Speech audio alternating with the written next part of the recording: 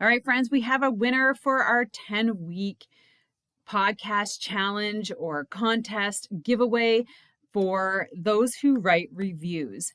Now, the person's name, well, I'm not sure who it is, but it's Sue Russ. Sue Russ, please make sure that you contact me on Instagram to get and claim your prize. I will be putting it on social media, but thank you so much for writing your review and saying some really nice things, for providing relevant and safe tips for riding. Thanks. I do my best. I know there's so many things that we could talk about, but thank you so much for your review, and please reach out for your prize.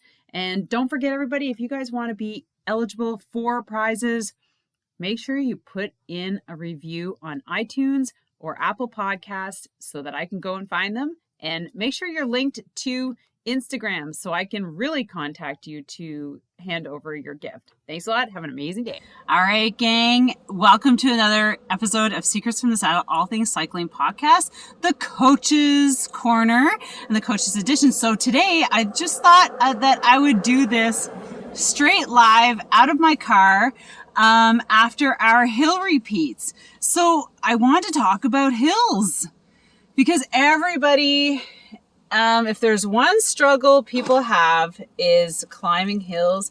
They hate it. They don't like it. They don't understand it. And it's one of the biggest crutches and the biggest struggles.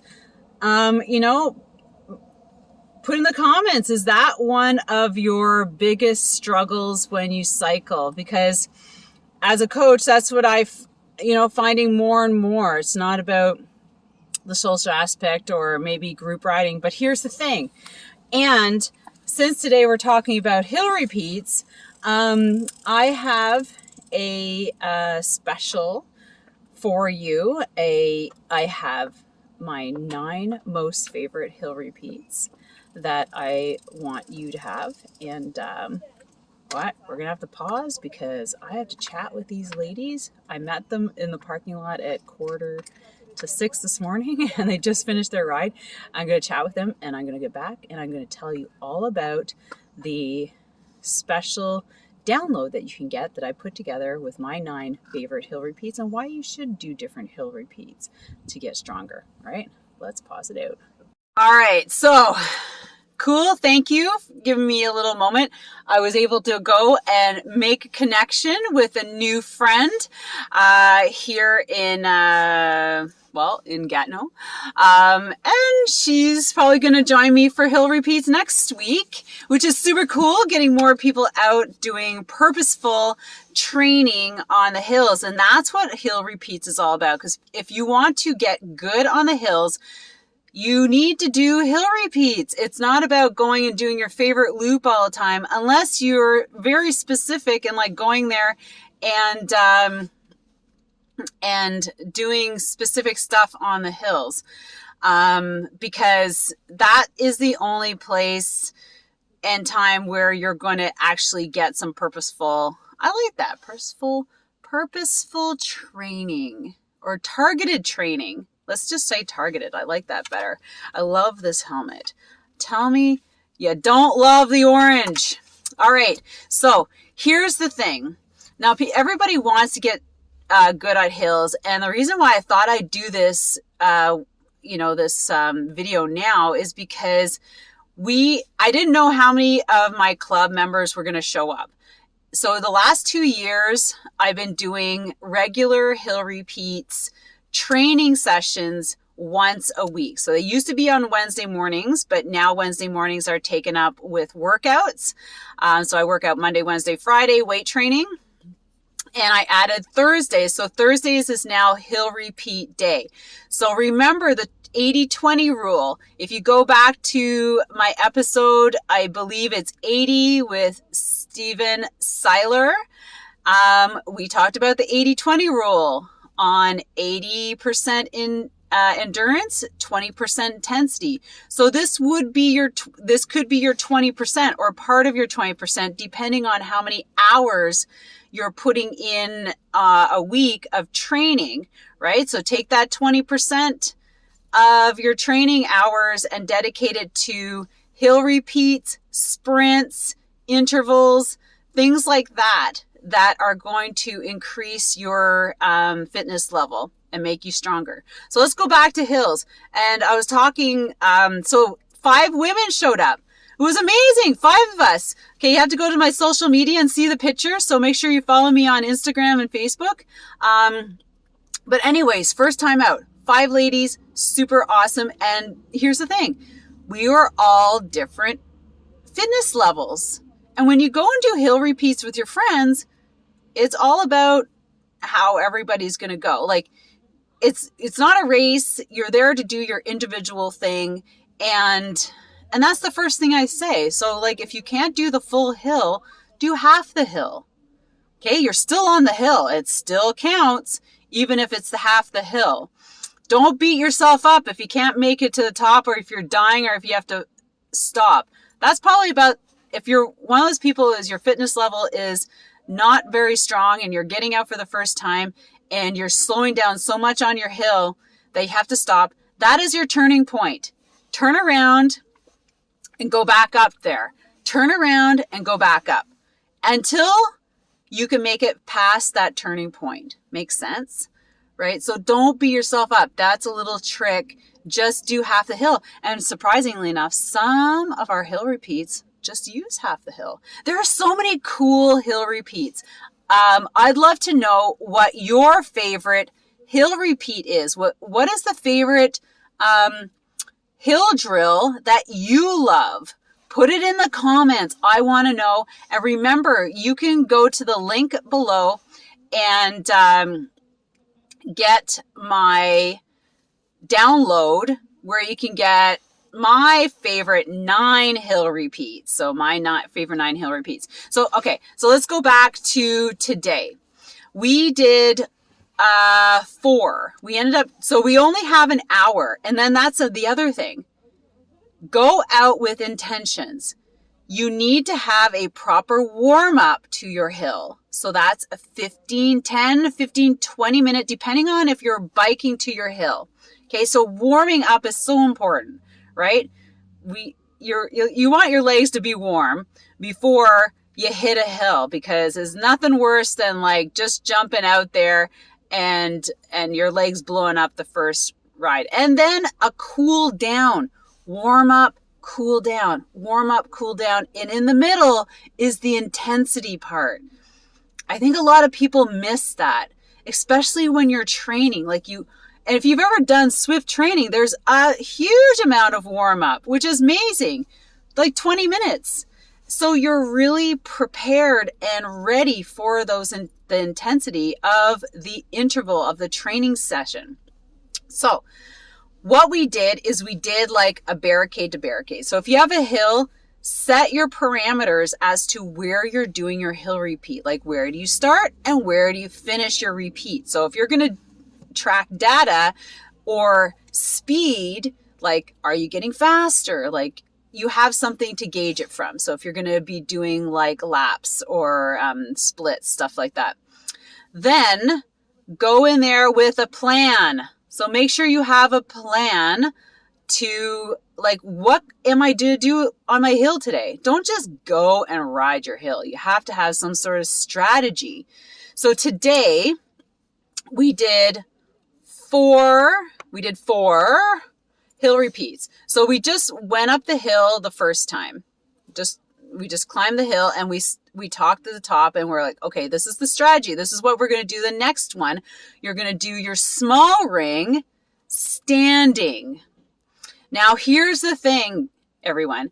If you are, there's 2 different racers, and then there's 3. So one is our hill climbers. One is I climb the hills only standing. Then there's one I climb the hills only seated. And then there's the dual hill climber, seated, standing. So they have built the different muscle groups for both standing and seated, right? Makes sense. Because if you're a seated climber and you're trying to get out of your saddle, you feel the difference on the muscle group transfer and also the intensity required to stand. Now, so the first interval, and I always train this in my training programs, is training the standing and the seated, because it is so important. I mean, to be able to have that transition and be strong enough to do that transition. Can we agree? Right? So have you ever been, so I remember when I used to climb, I used to be a seated climber. And then I always thought, okay, well, I need a break from seated. I'll stand. And then my legs would absolutely blow up lactic acid, right? Boom. Then I sit down like, wow, that was really smart, Sylvie. There goes your hill right out the door. So I always coach where it's like developing a muscle. You need to train it. So if you're not comfortable standing, we're going to do more standing. If you're not comfortable seated, we're going to train you seated. So when we go out and do our hill repeats, we do a combination of the both, right? Makes sense? Bring it all together. And then, so our first hill was small ring standing. We started with small ring seated, then we did small ring standing. And then the third one, which was the fourth one, is a 20-20. So 20 pedal strokes in the saddle, transition 20 pedal strokes out of the saddle, transition 20 pedal strokes in the saddle. So the other important thing about hill climbing, my friends, is the transition from seated to standing. Because there are a lot of people, if you don't know this, you don't know this, that your transition, a lot of people stop pedaling in their transition. If somebody's behind you, you could cause an accident. So it's important to be able to continuously engage your pedal strokes while you're pushing out of the saddle, keep pedaling, sitting in the saddle, keep pedaling, pushing out of the saddle, keep pedaling, sitting in the saddle, keep pedaling. So that is a whole skill in itself to actually realize this is what you should be doing, or this is a proper, safe way of transitioning in and out of the saddle. And I teach that in my coaching courses, which, by the way, you can always check out at sylviedao.ca. I have 3 of them. They're online. You can take them 4 hours, 4-hour intensive, which is, we go over pedal stroke technique. I haven't even touched on that. Hill climbing, strength and power and speed, and nutrition. And then I do it in a 4-week, more in-depth, more personal one-on-one. Same deal, 4 weeks, each module over the 4-hour. And then I have a 4-module download where you can just download everything, watch the videos, and do it yourself. So I have that, I have those courses starting in July. And there's only one 4-hour, one 4-week. So that's a one-on-one. It's a smaller group, but it's also more personalized. So you get more coaching from me, videos and interaction stuff. Now, and that's what I was saying. Like, I coach all these things in these coaches. So that's the difference. You're seated to standing transition. Then we have changing the gears. How do you change the gears properly? I'm not even going to get into that right now. That's the other thing. And then coming down the hills, the speed, how do you get used to that? That's kind of hard to coach, because really it's about opening up the brakes. And trusting and getting more comfortable with the speed, right? I'm a speed demon. I downhill ski. I love speed, so it kind of came naturally. I used to be a mountain biker, and I was mountain biking first, then road cycling. So I just like the faster the better. But a lot of people don't feel that comfortable, obviously, and it takes a little bit of training. So that's what happened today. Hill repeats. It's important to be able to climb seated to standing, knowing how to transition.